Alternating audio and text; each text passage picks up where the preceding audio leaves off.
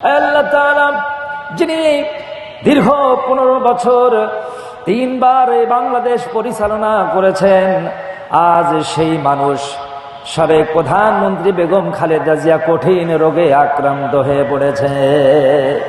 আল্লাহ তাআলা তুমি জানো ওনার হায়াত কতদিন আছে, আমরা তো জানি না। তবে আমরা তোমার কাছে এই আবদারের জন্য হাত তুলেছি। তোমার ইলমে যত জানা আছে উনি কতদিন বেঁচে থাকবেন। আমরা ধারণা করি, বিশ্বাস করি উনি এখন অনেক দিন বেঁচে থাকবেন। আমরা তোমার কাছে আবদার করি ওনার শরীর থেকে সমস্ত এই সমস্যা দূর করে পরিপূর্ণ সুস্থতার নিয়ামত দান করে দেশ পরিচালনার জন্য ওনাকে তৈরি করে দাও। আয় আল্লাহ তাআলা, জানমালের কঠিন পরীক্ষা চলছে ওনার উপর দিয়ে।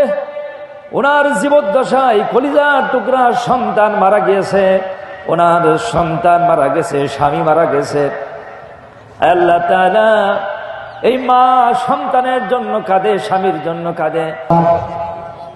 যেটা ব্যবস্থা করেছে এই এয়ার অ্যাম্বুলেন্সগুলো খুবই দুষ্প্রাপ্য। দু একটি এয়ার অ্যাম্বুলেন্স আছে, ওটা যান্ত্রিক ত্রুটির কারণে আসতে পারে নাই। জার্মান থেকে কাতার সরকার আরেকটি এয়ার অ্যাম্বুলেন্স ইতিমধ্যে পাঠিয়ে দিয়েছেন। হয়তো এতক্ষণ পৌঁছে যাওয়ার কথা, পৌঁছে গেলে আল্লাহ ভালো করলে ওনাকে লন্ডনের উন্নত চিকিৎসার জন্য নিয়ে যাওয়া হবে। ওনার বড় ছেলে আমাদের নেতা তারেক রহমান লন্ডনে অবস্থান করছেন। ওনার বড় বৌমা এবং ছোট বৌমা এখানে আছেন। আপনারা জানেন ওনার বড় বৌমা তিনিও আন্তর্জাতিক মানের একজন ডাক্তার, একটা জুবাইরুর রহমান। এবং ওনার ছোট সন্তান আপনারা জানেন 1/11-এর সময় তাকে গ্রেপ্তার করে আওয়ামী লীগ শাসনের সময় তাকে দেশে আসতে দেওয়া হয় নাই।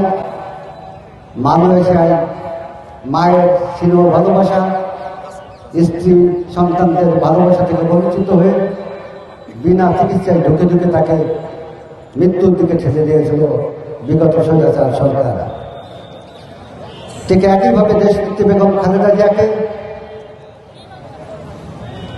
বিনা কারণে বিনা অপরাধে সাজা দিয়ে কারাগারে রেখে তাকে মৃত্যুর দিকে ঠেলে দেওয়া হয়েছে। একটা 78-80 বছর বয়সের একজন মানুষকে যদি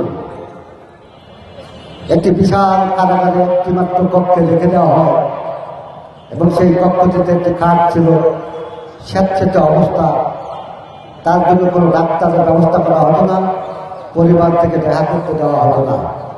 অর্থাৎ মানসিকভাবে তাকে নির্যাতন করে, শারীরিকভাবে চিকিৎসাবিহীনভাবে নির্যাতন করে তাকে ধীরে ধীরে হত্যা করে নিয়ে গিয়েছিল।